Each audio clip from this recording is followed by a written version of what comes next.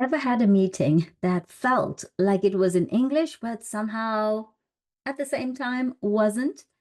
You said one thing, right? But they heard another. And suddenly, what should have been a quick discussion turns into silent confusion, tension. Now, that's not incompetence on your part. That's not a lack of language competency. No, that's simply culture. So, welcome to The Culture Map, a groundbreaking book by Erin Meyer. A book that doesn't just talk about cultural differences, that would be too easy. It dissects how communication, trust, leadership, and logic shift across borders, and why some of the world's smartest people still misread each other every day. So let's break it down. The core concept of the book is culture is software for the mind. Okay, so her thesis really does hit you like a bolt of lightning. Culture acts like the operating system of your mind. Think about that. Every country, every community has a different one. So you think you're being polite. You think you're being clear. You think you're being efficient. You think that you're speaking in perfect English. That's only true in your system. Now, plug that same behavior into another country, and suddenly there's a glitch. Okay, nothing's working. It's malfunctioning. Now, this book maps 8 dimensions of culture, 8 ways people interpret reality differently. And once you learn them, you start to see how everything from meetings to emails to interactions with family members who live across different countries, friends from, different nations, how it all runs on this hidden cultural code. And if you don't know the code, it's like just walking around in the dark. Now, if you're thinking, oh, Nas, here you go with your stereotypes. No, no, no. It's not about stereotypes. It's about patterns. And Okay, once you so first spot, let's talk about communicating high context versus low context. So this is communication style, right? So in low context cultures like the US, Germany, the Netherlands, words carry the entire message. So if something needs saying, you say it clearly, explicitly, directly. According to these cultures, clarity is respect. Okay, but then we have the high context cultures like Japan, China, Korea, a big part of the Middle East, where words are only part of the story. So, what are the other parts of the story? Well, tone, silence, facial expressions, that's where the meaning hides. So, when an American says, that's interesting, it often means good idea, good idea. When a Japanese executive says that's interesting, it might mean absolutely not, but I won't say that out loud. Now, here's the catch. Here's the interesting part. Both parties think that they are being polite. They both think that they're being polite. And according to Meyer, this is a quote from the book, the more two cultures differ on the context scale, the more likely communication will break down. It's like it's all Greek to me. I don't understand what you're saying. That's why emails from a German boss can sound blunt to someone from India, an employee from India, or why an American presentation feels overly simplistic to a French audience. now, if you're sitting there thinking, hey, Nas, well, thanks for all the bad news. Well, I do have a solution. There's a rule. It's very simple. Learn to read the air when you in a high context culture. Read the air. And when you in a low context one, say it. Don't imply it. And now let's talk about evaluating direct versus indirect negative feedback. Let's talk about criticism or what Meyer calls the feedback minefield. Now, cultures handle negative feedback in completely opposite ways. Some see it as respect, others see it as humiliation. Where do you fit on the scale? Now, in direct cultures, in direct feedback cultures, France, Russia, criticism is open, it's unemotional. You're not attacking the person, you are refining. Can we use that word? You are refining the idea. So a French manager might say, this report is poorly structured.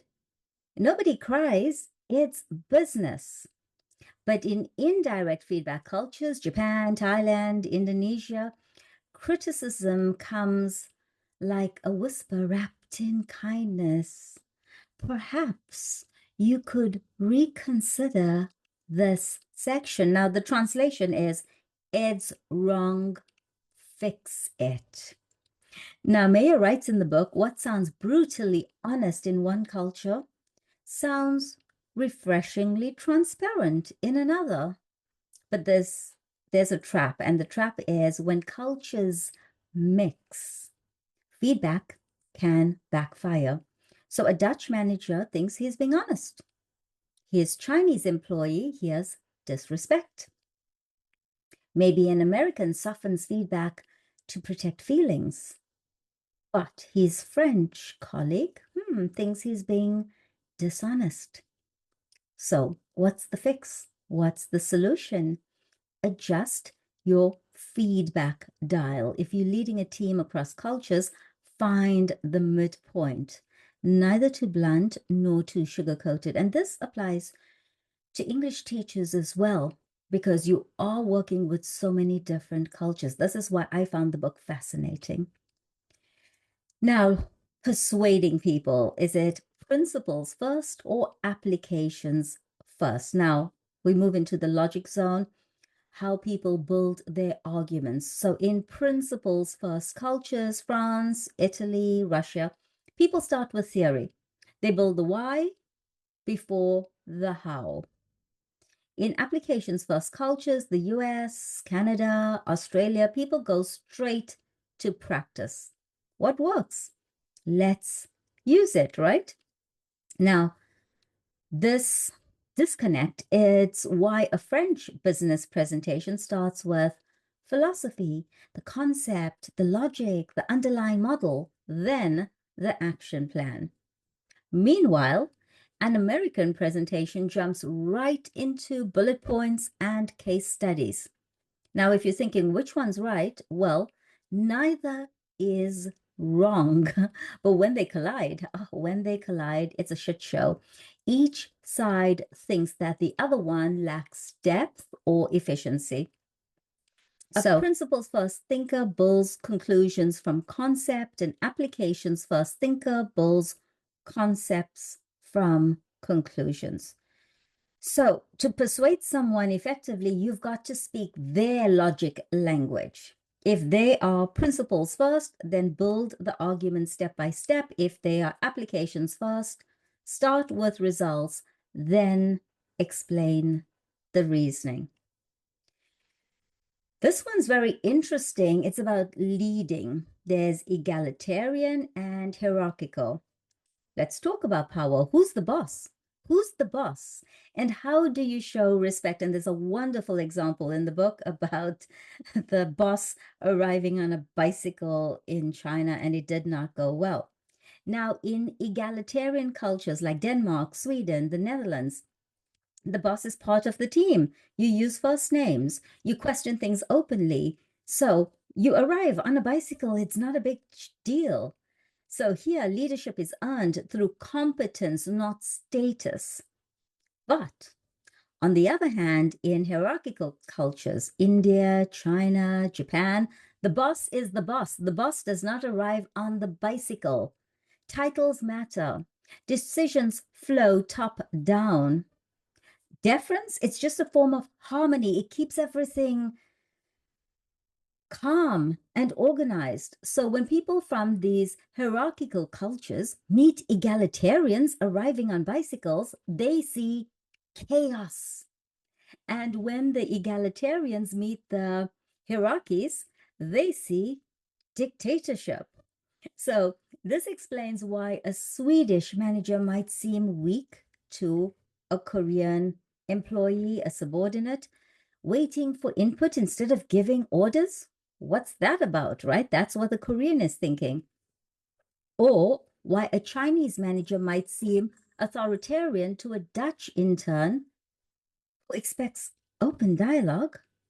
Now, to lead effectively, you have to mirror the power distance of the people you are managing, not the people you grew up with. This is so important. Now, let's talk about decision making, consensual versus top down. Now, here's where leadership turns into motion, right? When we have to make decisions. So, in consensual cultures, and the book has mapping for everything. Japan, Sweden, the Netherlands, decisions take time. Every voice is heard. But once the decision is made, it's final. In top-down cultures, China, India, the US, decisions happen fast, but they're flexible. They can change later. They can change tomorrow. They can change later in the day. So it's kind of ironic. Consensus looks slow, but it moves very fast in the execution stage. And top down looks fast. One person makes the decision, but it slows down later because people weren't part of the process. So the key isn't speed here, right? It's alignment. So, very important point, don't rush consensus cultures and don't over-explain to top-down ones. And if you're global, if you're part of a global company, define the process before you start. Otherwise, we'll decide tomorrow means 10 different things in 10 different countries. Are you ready to talk about trusting, task-based versus relationship-based? This one's very personal. Here it's, where deals live or die. So in task-based cultures, the US, Germany, the UK, trust comes from work. Deliver and you're credible. Deliver and I can trust you. But in relationship-based cultures, China, Brazil, Saudi Arabia, trust comes from connection. You need to know the person before you trust the work. It's not about competency. Now, in some cultures, you must do something together before you can do something together, right? As in, you have to do something together before you can do business together. So that's why a Western executive might be ready to sign after the first meeting, but an Asian counterpart insists on more dinners, more conversations. I have to say there are lots and lots of dinners in China. Now, to them, it's not wasting time. It's building the foundation. Now, the rule here is don't push the contract before you build the connection. Sometimes it's the fastest way forward is to slow down. You've got to understand the culture. This one's interesting. Disagreement. Some cultures are confrontational, some avoid confrontation. And besides cultural, it's also, I believe, very much personal. But it's definitely an emotional zone, how we handle conflict. Now, there are some cultures which are very confrontational. France, Israel, Germany. Debate is healthy. You can disagree, you can challenge, you can argue, because it's about the idea. It's not about the person. It's not personal. Then we have the non-confrontational cultures, Japan, Indonesia, Ghana, where open disagreement is seen as disrespectful. You can use subtle hints, you can use pauses, you can use indirect wording, to signal opposition, maybe even body language. Now, here's where things go wrong. When a French colleague challenges every point, they're not attacking. In their minds, they are engaging. And when a Japanese colleague stays silent, they're not agreeing. They are just preserving the harmony. They're keeping things harmonious. So, confrontation can feel like honesty to one person, and it can feel like aggression to another. So, perhaps we need to learn to see disagreement not as a fight, but as a signal.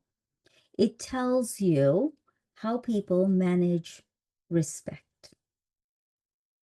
Now we come to one that I thoroughly enjoyed in the book and in the book clubs. It was scheduling, linear time versus flexible time. The great cultural difference. In linear time cultures, Germany, Switzerland, the US, time is a straight line. You plan, you follow the plan. Switzerland, Rolex, precision. Being late feels like disrespect. In flexible time cultures, India, Nigeria, parts of Latin America, South Africa, yeah, I'm calling out my home country. Time bends. Oh, it's so flexible. It drives me insane. Now, in some cultures, relationships, circumstances, oh, they're more important than the clock. The schedule serves the people, not the other way around. Time is not money everywhere. In many places, time is connection. That's why Germans panic at delays that Brazilians barely notice. Which one's right? Well, neither one is wrong. They are just playing different games with a different playbook. So, the key is to agree what on time means before you start. And I've actually said this to my group class students. On time means on time. If the class starts at 5 p.m., be there at 5 p.m. And it was a lovely story where one of my students said to me, he's from a flexible time country, and he said, on time means 2 hours late. And I said, sure, show up 2 hours late and the class will be over, because I think now we live in a global community, right? And everything seems to be moving towards linear time. So, how does this all come together? Well, a French executive leads a project with an American client and an Indian development team. Now, the American wants decisions today. The Indians expect clear direction from the top, and the French expect long debates before commitment, and probably long lunches as well. Everything stalls. It's like a train grinding to a halt until they read this book and they map it. And then suddenly frustration turns into understanding. And, it's not about the incompetence of the three teams, it's just cultural code. And honestly, that's the power of this book. Once you read it, once you understand it, you can translate behavior into intent. It's not the behavior, it's what's the intention. And that changes everything. Now, if you're wondering, how do you use this book? Well, I highlighted important passages that resonated with me. And, Meyer insists that this book isn't a manual, it's a navigation system. You don't memorize national stereotypes. You learn to ask, where am I on the scale? And remember, you change from month to month, year to year, especially if you're somebody like me who has lived abroad for 13 years. When I go back to South Africa, where do I fit on that scale? When I'm in Europe, where does my South African self fit on the European scale? And the person I'm dealing with, my counterpart, where does that person fit on the scale? And how far apart are we? And then you adjust. That's what great leaders do. They don't assume that everyone's the same. They build bridges consciously. This book hides some really deeper lessons about our modern world and also our new lifestyle. Uh, Self-awareness. is so important. It also sometimes beats adaptation because you can't adjust to others if you don't know your own defaults, awareness. And emotional intelligence is global intelligence. Reading the room isn't some soft skill fluff. It's the currency of international success. Reading the room is one of the most important things I've learned on my journey. And another one is that every misunderstanding starts with good intentions. Remember that most conflicts aren't about competence, they're about context and curiosity. I love this. Curiosity neutralizes judgment. When something feels wrong, it's not wrong, it's just different. So ask before you react. And I just want to read out some fun quotes from the book. The way we see things is not the way they are, it's the way we are. And you know what? What sounds brutally honest in one culture sounds refreshingly transparent in another. And time is not money everywhere. I always use that phrase, time is money, let's move along, move along. Well, time is not money everywhere. In many places, time is connection. And in some cultures, you must do something together, like dinner, before you can do something together, like business. And when egalitarians meet hierarchies, they see dictatorship. And when hierarchies meet egalitarians, they see chaos. These aren't just quotes, they are survival rules for a globalized life. So, at its core, this book isn't just about nations, it's about nuance, it's about awareness, it's about reading the room, it's about unlearning the lazy assumption that everyone thinks like you do. And the moment you accept this, that clarity isn't universal, that cultures are different, everything changes. You stop taking things personally. And if you want to be part of the global landscape, you need to stop taking things personally. You need to start seeing patterns. You need to start leading effectively, globally, empathetically. Cross-cultural mastery. It's the ability to adapt without losing your authenticity. You know, in today's world, and I've lived and worked in China and in Turkey, and I spent a lot of time in Italy. And I believe that success depends on what you know. Oh, sorry, it depends less. Sorry, it depends less on what you know and on how well you understand people who aren't like you. It's not just your degrees or your diplomas or your masters, your PhDs, your MBA. EQ is really important. Understanding people, especially people who aren't like you, because every email, every meeting, every negotiation is a potential misunderstanding.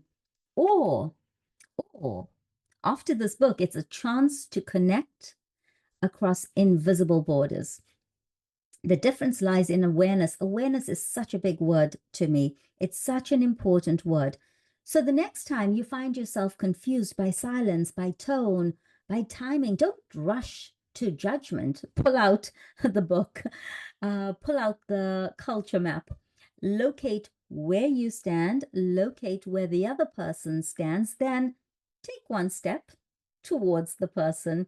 That's not just good leadership, that's global fluency because culture isn't just how we communicate, it's how we see reality itself. And if you're thinking, wow, that's a lot to take in, my advice is just practice it one day at a time.